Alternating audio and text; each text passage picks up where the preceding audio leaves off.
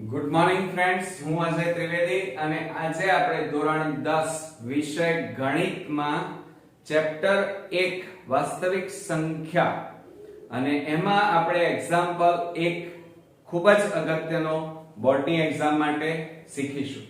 મિત્રો, આજનો એક્ઝામ્પલ આમ જોવા જઈએ તો ખૂબ જ મારી દ્રષ્ટિએ થોડોક તમને વિતાડશે, પરંતુ ચિંતા નહીં કરો. આ પહેલા જો આ એક્ઝામ્પલ શીખતા પહેલા જો તમે મારા અગાઉના આ ચેપ્ટરના વિડિયો તમે ન જોયા હોય તો ખાસ જોઈ લેજો, જેથી કરીને કોઈ પણ એક્ઝામ્પલ બોર્ડમાં પૂછાય અથવા કોઈ વિભાગ એ ની અંદર હેતુલક્ષી હોય, ટૂંકા પ્રશ્નો હોય કે વિકલ્પો હોય તો તમે ઈઝીલી સરળતાથી લખી શકશો. આમ તો મેથ્સ ની અંદર આ ચેપ્ટર મારી દ્રષ્ટિએ બધા સ્ટુડન્ટ્સને બોરિંગ લાગે છે, પણ જો તમે મારા વિડિયો જોયેલા હશે તો તમને બહુ જ મજા આવશે. બરોબર? તો ચાલો હું આજે તમને ખૂબ જ અગત્યના 3 માર્ક્સના જે એક્ઝામ્પલ છે એ હું શીખવાડીશ. હવે આજનો એક્ઝામ્પલ છે વર્ગમૂળમાં 5 એ અસમય સંખ્યા છે, સાબિત કરો. હવે આપણે જાણીએ છીએ કે વર્ગમૂળમાં 2 હોય, વર્ગમૂળમાં 3 હોય, વર્ગમૂળમાં 5, વર્ગમૂળમાં 7 આ બધી અસમય સંખ્યા છે. કેમ? કારણ કે આ બધાનું વર્ગમૂળ નીકળતું નથી. માટે હવે જુઓ, એક તો વર્ગમૂળમાં 4, વર્ગમૂળમાં 16. હવે આ બધાનું તો વર્ગમૂળ નીકળે. જો 4 નું વર્ગમૂળ 2, 16 નું વર્ગમૂળ 4. તો આ બધી કઈ સંખ્યા કહેવાય મિત્રો? સમય સંખ્યા કહેવાય. જ્યારે આ બધી કઈ કહેવાય? અસમય સંખ્યા કહેવાય. બરોબર? ક્લિયર? હવે તમે જાણો છો વર્ગમૂળમાં 5, તો ક્યાં છે વર્ગમૂળમાં 5? અહીંયા. તો વર્ગમૂળમાં 5 એ કેવી છે? અસમય. એનું વર્ગમૂળ નીકળતું નથી. બરોબર? ક્લિયર? હવે વર્ગમૂળમાં 5 એનું વર્ગમૂળ નથી નીકળતું એટલે અસમય છે અને આ વાક્ય, આ વાત સાચી છે. હવે સાચી વાત છે તો પછી હવે સાબિત શું કરવાનું આપણે? અહીં તો એમ કીધું છે સાબિત કરો. તો મિત્રો, એને સાબિત કરવા માટે આપણે નેગેટિવ વિચારવું પડશે, નકારાત્મક વિચાર કરવો પડે. અને નકારાત્મક વિચાર કરવા માટે નેગેટિવ પદ્ધતિ અપનાવવી પડે. હવે આ નકારાત્મક પદ્ધતિ ધોરણ 9 માં તમે શીખી ગયા છો અને એ છે અનિષ્ટાપત્તિની રીત. હવે આ અનિષ્ટાપત્તિની રીતની વાત કરવાની છે, જેમાં આપણે જે વસ્તુ છે એને આપણે નેગેટિવ બનાવવાનું. દાખલા તરીકે બોર્ડમાં મેથ્સના પેપરના કુલ ગુણ 80 છે, તો આ તો સાચી વસ્તુ છે, પણ આપણે એને નેગેટિવ બોલીએ તો કેવી રીતે લખાય? કે બોર્ડમાં જે પેપર છે એ કુલ ગુણ 80 માર્ક્સ નું નથી. એટલે એનો મતલબ શું થાય? 80 માર્ક્સ નું ન હોય તો બીજા વધારે માર્ક્સ નું હોય, કાં તો ઓછા માર્ક્સ નું હોઈ શકે. બરોબર? તો અહીંયા જુઓ કે અનિષ્ટાપત્તિની રીતમાં અહીંયા શું કીધું છે? વર્ગમૂળમાં 5 એ અસમય છે. તો આપણે એમ કહેવાનું કે ધારો કે વર્ગમૂળમાં 5 એ અસમય નથી, નેગેટિવ બોલવાનું. હવે આ અસમય નથી તો કેવી કહેવાય? સમય કહેવાય. તો એનો મતલબ કે વર્ગમૂળમાં 5 એ શું છે? સમય સંખ્યા છે. તો હવે આપણે શું કરીશું? જો સમય સંખ્યા હોય, આ 5 વર્ગમૂળમાં અહીંયા ના હોય તો અહીંયા છે, તો અહીંયા હોય તો એ કેવી કહેવાય? સમય. અને સમય હોય તો એને હંમેશા શેના વડે દર્શાવાય? p છેદમાં q વડે દર્શાવાય. પરંતુ બુક્સ ની અંદર આપણને p છેદમાં q એની જગ્યાએ a અને b આપેલા છે, એટલે કે a છેદમાં b આપેલા છે. તો તમારે અહીંયા વર્ગમૂળમાં 5 ને a છેદમાં b વડે દર્શાવવાનું, એને સમીકરણ 1 નામ આપવાનું. ક્લિયર? એટલે વર્ગમૂળમાં 5 બરાબર a છેદમાં b થાય. હવે આપણે શું કરવાનું? આ a અને b એ કેવા છે? તો પૂર્ણાંક છે મિત્રો. કેવા છે? પૂર્ણાંક. ધ્યાન રાખજો બરોબર.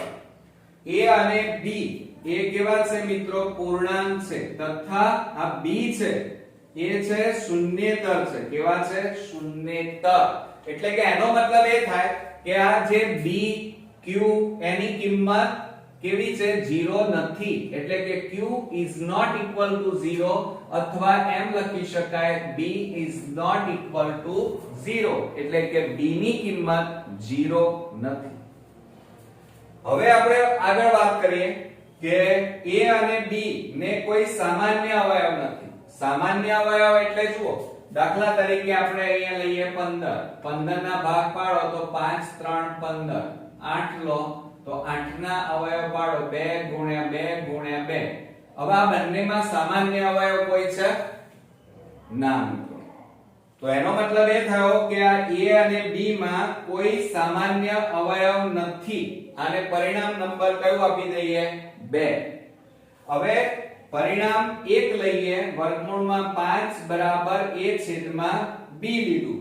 હવે b શેમાં છે ભાગાકાર. આ બાજુ લઈ જાવ તો ગુણાકાર એટલે વર્ગમૂળમાં 5 ગુણ્યા b બરાબર 1.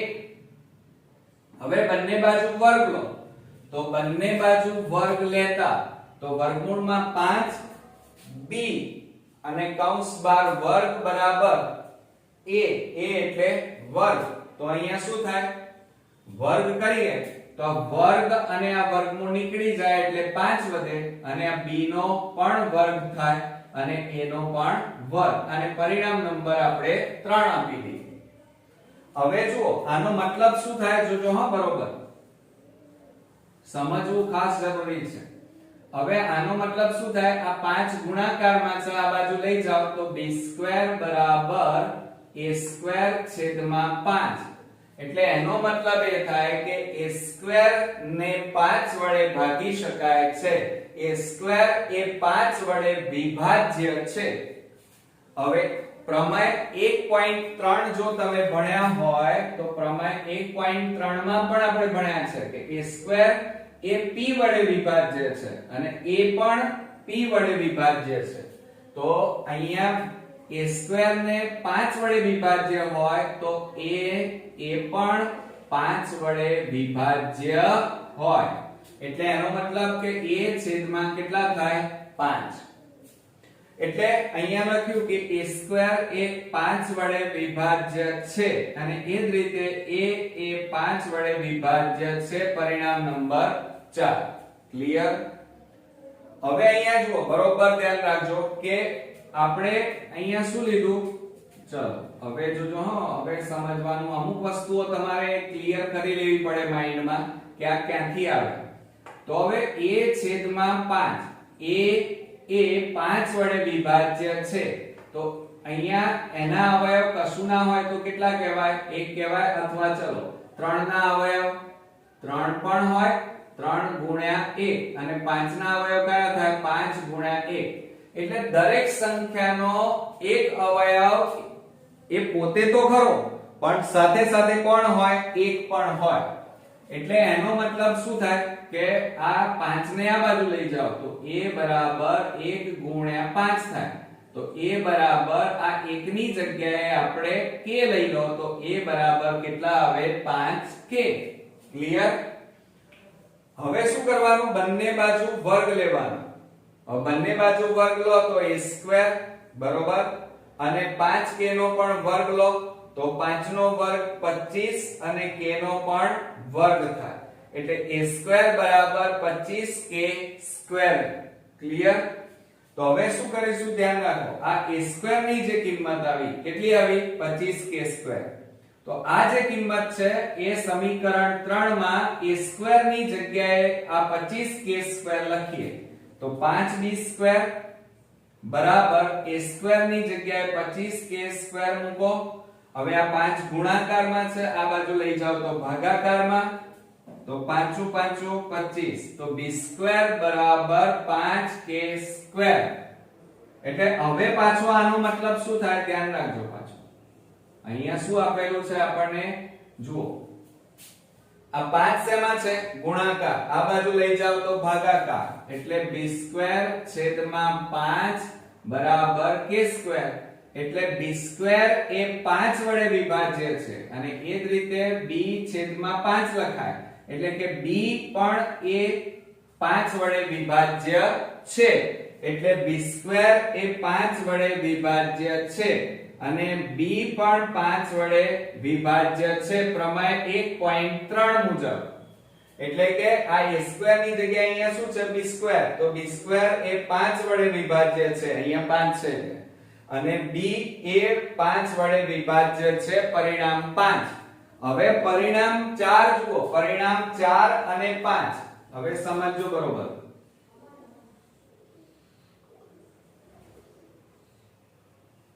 આ પરિણામ 4 અને આ પરિણામ 5 લઈએ આપણે।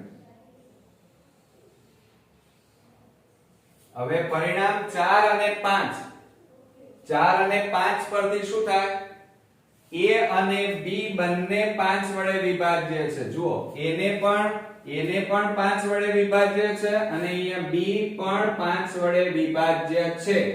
એટલે a અને b બંને 5 વડે વિભાજ્ય હોય તો બંનેમાં જુઓ આમાં સામાન્ય અવયવ કયો, a માં 5 અને b માં પણ 5, તો a અને b બંનેમાં સામાન્ય અવયવ કયો આવે છે, 5 છે।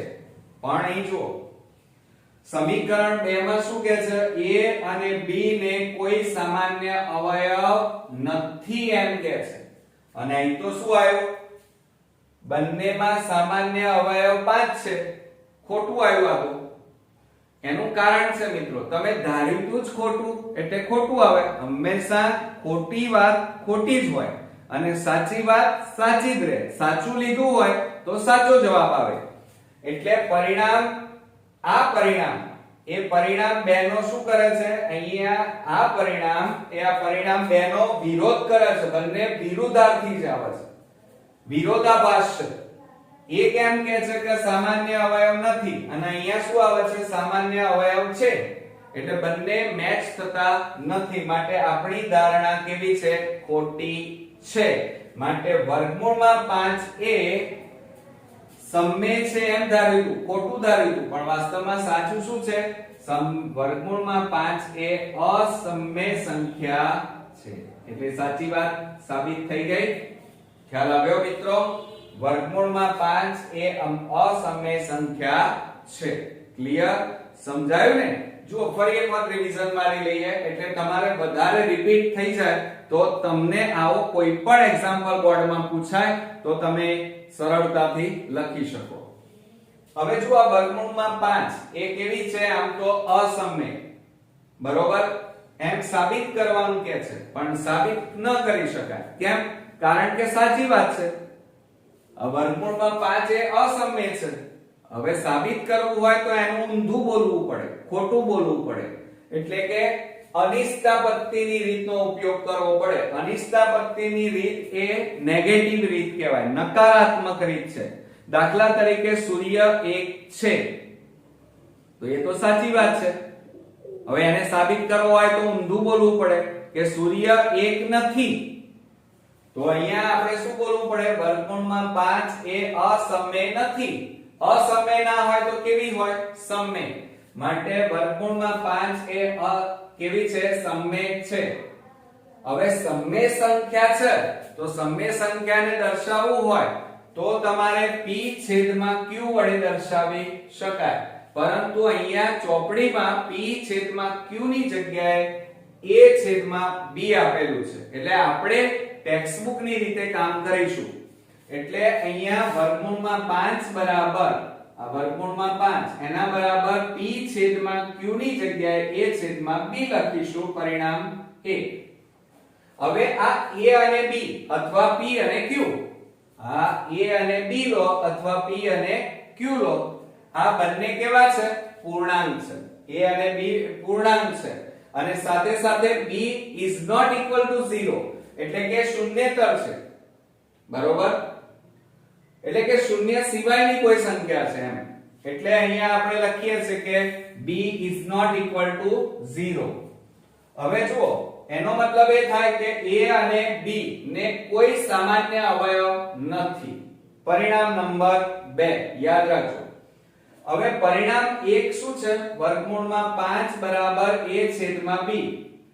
હવે આ b ભાગાકારમાં છે, આ બાજુ લઈ જાઓ તો ગુણાકારમાં જાય। હવે બંને બાજુ વર્ગ લેવાનો, બંને બાજુ વર્ગ લો તો શું થાય, આ વર્ગ અને વર્ગમૂળ નીકળી જાય એટલે 5 d² અને a².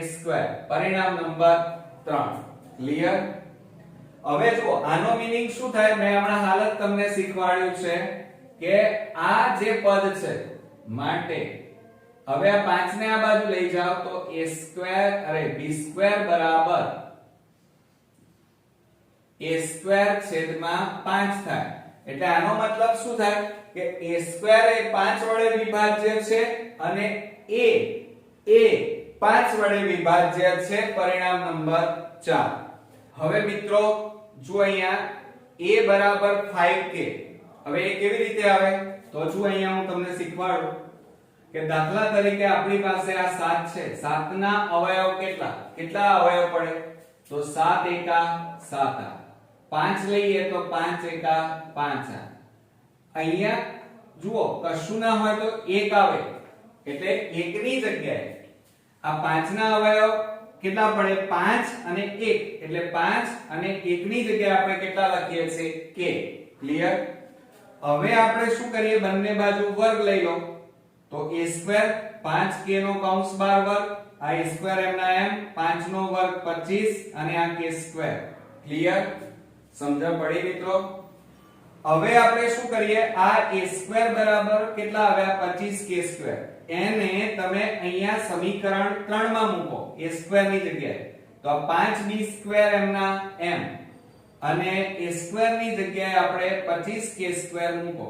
5 ને આ બાજુ લઈ જાઓ 5 5 25 એટલે 5k² વધે. બરોબર? b² બરાબર 5k².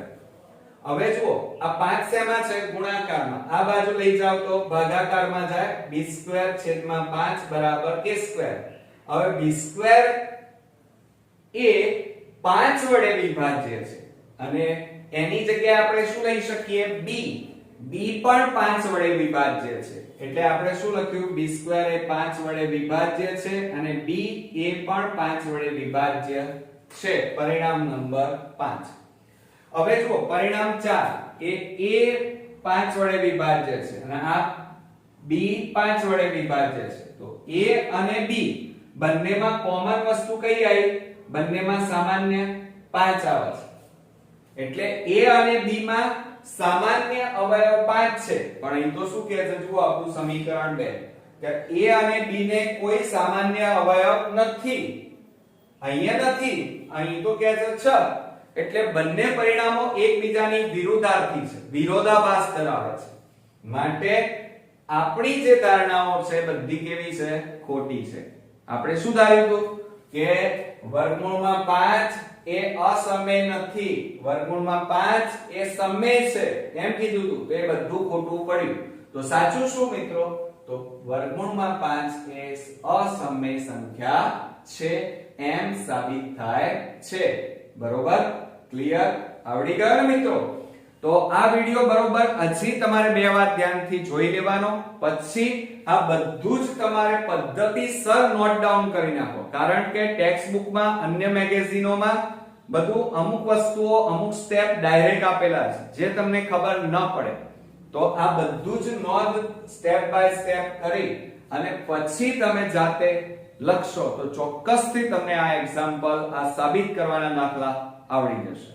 તો નેક્સ્ટ વિડિયોમાં આવા જ એક અગત્યના એક્ઝામ્પલ સાથે ફરી મળીએ છીએ. ત્યાં સુધી ગુડ નાઈટ મિત્રો.